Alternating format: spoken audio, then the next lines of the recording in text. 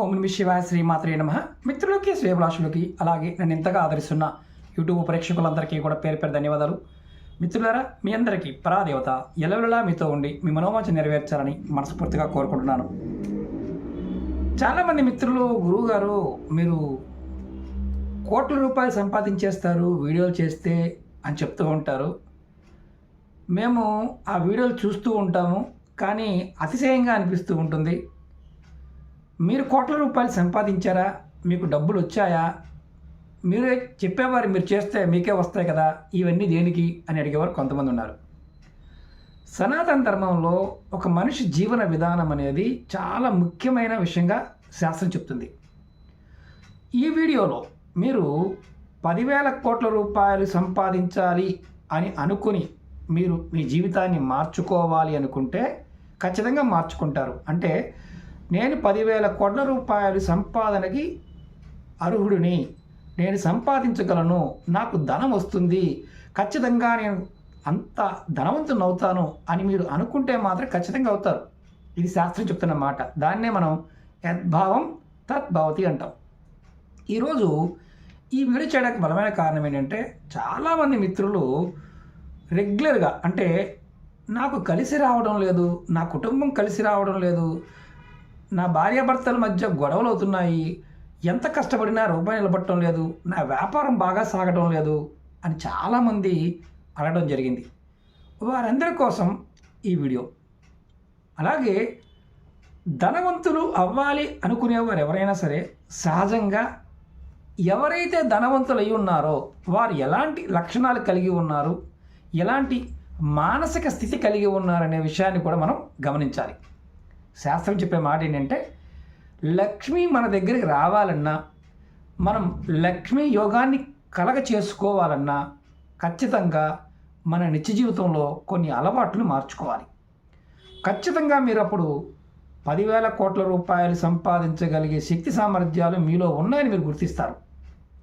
కొన్ని అలవాట్లు అది ఇంట్లో కానీ బయట కానీ వ్యాపారంలో కానీ ఉంటాయి. వాటిని మార్చుకోగలిగితేనే మీరు ఖచ్చితంగా 10,000 కోట్ల రూపాయలు సంపాదించే శక్తి మీకు వస్తుంది.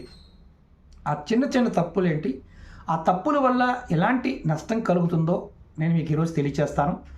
ఇది ముఖ్యంగా ఎవరి మనసులో ఎవరైనా సరే అది నెగిటివ్గా తీసుకోకండి. ఎందుకంటే శాస్త్రంలో చెప్పిన దాన్ని మాత్రమే మీకు చెప్పడానికి ప్రయత్నం చేస్తున్నాను. కొన్ని అలవాట్లు మనని ధనవంతులుగా కాకుండా చేస్తాయి. ఈ అలవాట్లను వదిలేసిన వారికి మాత్రమే ఖచ్చితంగా ధనం వస్తుంది. చాలామంది నన్ను అడిగారు, గురువుగారు మీరు ఇన్ని ఉపాయాలు చెప్తూ ఉంటారు కదా, మీకు డబ్బు వస్తుందా? ఎదుటివాడికి డబ్బు వస్తుందా అనేది ఎదుటివాడి మాట బట్టి, ఎదుటివాడికి ఉండే లక్షణాన్ని బట్టి అర్థమవుతుంది. ఈ లక్షణాన్ని మనం ఎలా గుర్తించాలి, ఆ లక్షణాన్ని మనం ఎలా పెంపొందించుకోవాలో ఈ వీడియోలో తెలియజేస్తాను. అలాగే మీకు ఈ వీడియో నచ్చినట్లయితే లైక్ చేయండి. కొత్తగా ఛానల్ చూసే మిత్రులు ఛానల్ని సబ్స్క్రైబ్ చేసుకొని పక్కనే గంట సింబల్ని దాన్ని యాక్టివేట్ చేసుకోండి. అలాగే ఈ వీడియోని 10 మంది మిత్రులకి షేర్ చేయండి. మన సనాతన ధర్మంలో మన జీవన విధానంలోనే లక్ష్మిని ఎలా తెచ్చుకోవాలో మనకు చాలా క్లియర్గా చెప్పారు. మొట్టమొదటిగా చాలామంది మిత్రులు ఇంట్లో వారి ఇంట్లో పాత సామాను వాడుతూ ఉంటారు. ఎప్పుడో వాడుతూ ఉంటారు. ఇరిగిపోయిన మంచాలు, ఇరిగిపోయిన కుర్చీలు. వంటగదిలోకి వెళ్ళామంటే చాలామంది ఇళ్ళకి వెళ్తూ ఉంటాను. వంటగదిలో ఎప్పుడో మనకి పాత డబ్బాలు, అంటే బిస్కెట్ డబ్బాలు, బోర్నవిటా డబ్బాలు, హార్లిక్స్ డబ్బాలు, అలాగే నూనె తెచ్చుకున్న డబ్బాలు, ఇలాంటి ప్లాస్టిక్ డబ్బాలన్నీ మడ్డి పట్టేసి వాడుతూనే ఉంటారు. వాటిని మార్చరు. అలాంటి వారింట్లోకి లక్ష్మి రాదు, బాగా గుర్తుంచుకోండి. అలాగే కొంతమంది పాత బట్టలను కూడా జాగ్రత్తగా దాస్తారు. అలాగే ఇనుప వస్తువులు, పాత కుర్చీలు, అలాగే ముఖ్యంగా పాతవి ఎప్పుడో తాతల కాలం నాటివి పాడైపోయిన వాటిని కూడా జాగ్రత్తగా చేసి మూటలు కట్టి దాస్తూ ఉంటారు. అవి ఇరిగిపోయి ఉంటాయి. అలాగే ఎలక్ట్రికల్ వైర్లు, పనికిరానివి, పాత ట్యూబ్లైట్లు, పాతవి చిరిగిపోయినవి బట్టలు, అలాగే పాత పుస్తకాలు, అంటే అవి వాడకుండా ఉన్నవి కూడా కొన్ని దాస్తూ ఉంటారు. అవి తీసేరు. ఐరన్ వస్తువులు, ఎలక్ట్రికల్ వస్తువులు, ఇవన్నీ కూడా చాలా వరకు ఇలాగే ఇంట్లో దాస్తూ ఉంటారు. దానికి కారణం ఏంటంటే ఆ వస్తువులు మళ్ళీ వాడతాం కదా అనుకుంటారు. ఏదైతే పనికిరాని వస్తువు, పాత వస్తువు, అది దాని సర్వీస్ అయిపోయిన దాన్ని మనం ఎప్పుడైతే వాడుతూ ఉంటామో మీరు కొత్త వస్తువులు కొనలేరు. దానివల్ల మీ జీవితంలో ఆ వంటగదిలో ఉన్న పదార్థాలకు ఏదైతే వాడుతున్నారో అదే మీకు శత్రువుగా మారుతుంది. మిమ్మల్ని ధనవంతులు అవ్వకుండా ఆపేస్తుంది. అది మొదటిది. రెండోది, కొంతమంది బట్టలు, ఎదుటివారి బట్టలు, అక్కచెల్లెల బట్టలు, అన్నదమ్ముల బట్టలు, లేకపోతే స్నేహితుల బట్టలు, ఇలా ఫంక్షన్ వచ్చిందంటే తెచ్చుకోవడం, వేసుకున్న తర్వాత మళ్ళీ ఆ బట్టల్ని మళ్ళీ 1 రోజు, 2 రోజులు, 3 రోజులు అలా వేసుకునే వారికి కూడా లక్ష్మీ యోగం కలగదు. ఇది రెండవది. మూడవది, మనం చాలామంది గ్రామీణ ప్రాంతాల్లో కావచ్చు చూస్తూ ఉంటాం. ఎలా అంటే ఎవరైనా సరే ఒక ఫంక్షన్కి వెళ్ళడానికి వారి దగ్గర బంగారం ఉండదు, వస్తువులు ఉండవు. వాళ్ళు ఏం చేస్తారు, పక్క వాళ్ళ వస్తువులు తెచ్చుకొని బంగారం కావచ్చు, మిగతా వస్తువులు కావచ్చు వాడుతూ ఉంటారు. అలా ఎవరైతే వాడుతూ ఉంటారో వారికి కూడా లక్ష్మీ యోగం కలగదు. బాగా గుర్తుంచుకోండి. ముఖ్యంగా మనం చాలామంది లేనిపోని దర్పాన్ని చూపిస్తూ ఉంటారు. దర్పం అంటే చేతులకు ఉంగరాలు. ఫంక్షన్కి వెళ్ళినప్పుడు అందరికీ చేతులు చూపించుకుంటూ ఉంటారు, బంగారం చూపించుకుంటూ ఉంటారు. నేను అది కొన్నాను, ఇది కొన్నాను, అలా కొన్నాను, ఇలా కొన్నాను అని చెప్తూ ఉంటారు. దర్పంగా చూపిస్తుంటారు. చూపించడం వల్ల ఇంటికి వచ్చిన తర్వాత మంచం పడిపోతారు. నకారాత్మకమైన దృష్టికోణం తగులుతుంది. లేనిపోని గొప్పలు చూపించడం కూడా లక్ష్మికి కోపాన్ని తెప్పిస్తుంది. అలా ఉన్నవారికి కూడా లక్ష్మి నిలబడదు. అలాగే ముఖ్యంగా కొంతమంది బంగారాన్ని, అంటే పెట్టుకున్న బంగారాన్ని అంటే తీసి మెడలోంచి కానీ చేతులు తీసి బీరువాలో పెట్టకుండా మంచం పొరుపుల కింద ఎక్కడ పడితే అక్కడ పెట్టేస్తారు, రేపు పొద్దున పెట్టుకుందాంలే అని. మనం లక్ష్మి అంటే అర్థం ఏంటి? బంగారం లక్ష్మీదేవి. ఎంత జాగ్రత్తగా ఉండాలి, ఎంత గౌరవంగా ఉండాలి అనేది ముఖ్యం. దాన్ని తీసుకు వెళ్ళి బీరువాలోనే పెట్టాలి. అలా మంచాల కింద పెట్టే వాళ్ళ దగ్గర తాకట్టులోకి వెళ్ళిపోతుంది. అలాగే మెడలో కొంతమంది వేసుకున్న దాన్ని, బంగారాన్ని ఇవి ఓపెన్ చేయడానికి అంటే క్లిప్స్ కానీ రానప్పుడు నోట్లో పెట్టి కొరికి తీస్తుంటారు. అలాంటి వారికి కూడా లక్ష్మి నిలబడదు. వారి బంగారం కూడా వాళ్ళ దగ్గర నిలబడదు, తాకట్టుపోతూ ఉంటుంది. మీరు చెక్ చేసుకోండి, కామెంట్ కూడా చేయండి, మీరు ఎలాంటి స్థితిలో ఉన్నారనేది మీకు అర్థమైపోతుంది. అలాగే రెండవది, కొంతమంది ఏం చేస్తారంటే బంగారం, ఏదైతే బంగారం ఉందో షాపులు అంటే వ్యాపారం చేసేవాళ్ళు కానీ ఇంటి దగ్గర కానీ కొంతమంది బంగారం గొలుసు నోట్లో పెట్టుకొని ఏదో పిప్పర్మెంట్ చిక్కినట్టు చిక్కుతూ ఉంటారు. అంటే ఒక అలవాటుగా ఉంటుంది. వారి దగ్గర కూడా లక్ష్మి నిలబడదు. అలాగే కొంతమంది షాపుల్లో కావచ్చు, ఇంటి దగ్గర కావచ్చు గోర్లు కొరుకుతూ ఉంటారు. ఇలా గోర్లు నోట్లో పెట్టుకుని కొరుకుతూ ఉంటారు. అంటే అది ఒక చ్యూయింగం లాగా అదే పనిలో ఉంటారు. వారి దగ్గర కూడా లక్ష్మీ యోగం వారికి కూడా కలగదు. అంటే చాలామంది చూస్తుంటారు, టెన్షన్ పడిపోయి గోర్లు కొరుకుతూ ఉంటారు. కొంతమంది అదే పనిగా గోర్లని పీకేస్తూ ఉంటారు. నోట్లో గోర్లు పెట్టుకున్న వాడి దగ్గర కూడా లక్ష్మి నిలబడదు. అలాగే ముఖ్యంగా డబ్బుల విషయం చెప్తాను. చాలామంది డబ్బులు ఇస్తున్నప్పుడు అంటే మన తడి చేస్తారు, ఇలా తడి చేసి లెక్క పెడుతుంటారు. మనం లక్ష్మిగా చూసి మనం అమ్మవారిగా భావించి ధనాన్ని మనం ఏదైతే పూజ చేస్తామో ఆ లక్ష్మిని నోటి అంటే దాన్ని ఏమంటాము, ఉమ్ముతో లెక్క పెట్టడం కూడా, అలా చేసిన వారి దగ్గర కూడా ధనం నిలబడదు. అలా చేసే వాళ్ళు ఎవరైనా ఉంటే కామెంట్ చేయండి. ఎందుకు నిలబడటం లేదు, ఎందుకు సంపాదించలేకపోతున్నారు అని చెప్పడానికి ఇవన్నీ కారణాలు. అలాగే మనం ఎవరన్నా మన ఇంటికి బంధువులు వచ్చినప్పుడు,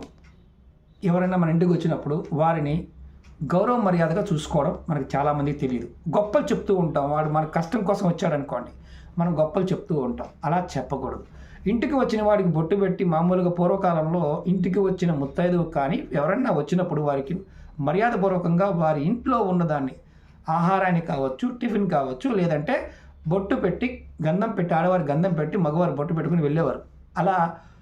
అలా ఉన్నవాడికి లక్ష్మీ యోగం కలుగుతుంది. కొంతమంది ఇంటికి రాగానే వాడి ముఖం మీద నోటికి వచ్చినట్టు మాట్లాడతారు, అంటే పరువు తీసినట్టుగా మాట్లాడతారు. అలాంటి వాడి దగ్గర కూడా లక్ష్మి నిలబడదు. లాస్ట్ అండ్ ఫైనల్గా చాలా ముఖ్యమైనది, ఇది కుటుంబం. కొంతమంది కుటుంబ సభ్యులు, అక్క చెల్లెలు కావచ్చు, అన్నదమ్ములు కావచ్చు, వారు ఇంటికి వచ్చినప్పుడు గొడవ పెట్టుకుంటూ ఉంటారు. ఎంతగా ఉంటుందంటే వారవలేనితనాన్ని కుటుంబ సభ్యుల మీద, అంటే అక్క చెల్లెలు అన్నదమ్ములు కూడా ఆ పనికిరాని విషయాలు మాట్లాడుకొని వాళ్ళ లోపల ఉన్న నకారాత్మకత అంతా తీసి వాళ్ళ మీద చూపిస్తాను. అప్పుడు అక్క చెల్లెళ్ళు ఏడ్చుకుంటూ వెళ్తుంటారు, అన్నదమ్ముళ్ళు ఏడ్చుకుంటూ పోతారు. ఎందుకంటే ధనం పాయింట్ ఆఫ్ వ్యూలో అది కూడా ఆ ఏడుపు వల్ల కూడా మీకు ధనం అనేది రాదు, లక్ష్మీ యోగం కలగదు. అలాగే చాలా ముఖ్యమైనది ఏంటంటే మన వస్త్రాధరణ, అంటే శుభ్రంగా ఉండటం, స్నానం చేయటం, నీట్గా బట్టలు వేసుకోవడం, నేను ఎప్పుడూ నాకు లక్ష్మీ యోగం కలుగుతుంది అన్న భావావేశంతో ఉండటం, నేను ఖచ్చితంగా బాగా డబ్బు సంపాదించిన వారు ఎలాగైతే జీవన విధానం కలిగి ఉన్నారో అంటే శుభ్రతగా ఉండటం, అలవాట్లు మార్చుకోవడం, కష్టపడి పని చేయటం, ఇవన్నీ చేయాలి అంటే ముందు మన మనసులో ఎదుటివాడి మీద నకారాత్మకత ఉండకూడదు. అంటే కొంతమంది చెప్పాను కదా, నీకు వచ్చాయా డబ్బులు, నువ్వు వస్తే నువ్వు చేసుకోవచ్చు, అలాంటి వాడికి జీవితకాలంలో డబ్బులు రావు. కారణం ఏంటంటే మనం ఒక వ్యక్తి, మన సనాతన ధర్మం ఏంటంటే పరోపకారం, 10 మంది బాగుండాలి అని ఆలోచన చేయటమే సనాతన ధర్మానికి ఉన్న లక్షణం. అలాగే ఎవరైతే అలాంటి ద్వేషభావంతో లేకుండా, ఎవరైతే అర్థం చేసుకొని నేను బాగుపడాలి అనుకుంటాడో వాడి ఖచ్చితంగా అమ్మవారి యొక్క అనుగ్రహం చేత వాడికి లక్ష్మీ యోగం కలుగుతుంది అని పెద్దలు చెప్పడం జరిగింది. మీకు 10,000 కోట్ల రూపాయలు నేను 10,000 కోట్ల రూపాయలు సంపాదించగలుగుతాను, ఖచ్చితంగా నాకు డబ్బులు వస్తాయి, నేను ఆ స్థితికి వెళ్ళగలుగుతాను అని మీరు ఎప్పుడైతే అనుకుంటారో ఆ క్షణం నుండి మీ అలవాట్లు మారుతాయి. కొంతమంది ఇంటి లోపల ఎప్పుడు బూతులు మాట్లాడుతూనే ఉంటారు. అలాగే బూతులు మాట్లాడటమే కాదు, ఎదుటి వాళ్ళని, పక్క వాళ్ళని, వెనక వాళ్ళని ఎప్పుడు కించపరిచి మాట్లాడుతూ ఉంటారు. ముందు మాట్లాడినప్పుడేమో చాలా గొప్పగా మాట్లాడతారు, వెళ్ళిపోగానే నోటికి వచ్చినట్టు మాట్లాడతారు. అంటే ఒక రకమైన ఈర్ష. అలాంటి వారి దగ్గర కూడా లక్ష్మి నిలబడదు. లక్ష్మికి ఇలాంటి లక్షణాలు ఉన్నవాళ్ళు ఎప్పుడు ఎంత కష్టపడినా ఏం చేసినా గొప్పగా విజయాన్ని పొందలేరు. ఈ 10 విషయాలను జాగ్రత్తగా కనుక మీరు గమనించి మీ జీవితంలో మార్చుకోగలిగితే ఖచ్చితంగా మీరు అష్టైశ్వర్య భోగభాగ్యాలు పొందగలుగుతారు. చెదారం లేకుండా ఉండటమే చాలా ముఖ్యం. అలాగే ఇంట్లో కొంతమంది ఎప్పుడూ కూడా, అంటే బాత్రూముల్లో కావచ్చు, బెడ్రూముల్లో కావచ్చు, మంచాల కింద కావచ్చు, పనికి మాలని చెత్త అంతా తీసుకొచ్చి పెడుతూ ఉంటారు. అలా పెట్టమాకండి. ఎప్పుడు శుభ్రంగా ఉంచుకోవడం ప్రయత్నించండి.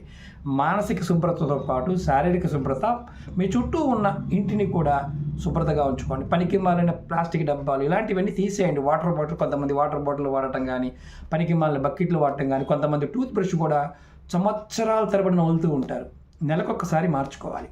ఎందుకు అంటే కారణం ఏంటంటే కొన్ని వస్తువులకి ప్లాస్టిక్ కావచ్చు, పేపర్ కావచ్చు, చెక్క కావచ్చు, ఐరన్ కావచ్చు, ఎలక్ట్రికల్ వైర్లు కావచ్చు, ఇలాంటివన్నీ కూడా రాహువుని, కేతువుని, అలాగే శని భగవానుని, కుజుని ప్రేరేపిస్తాయి.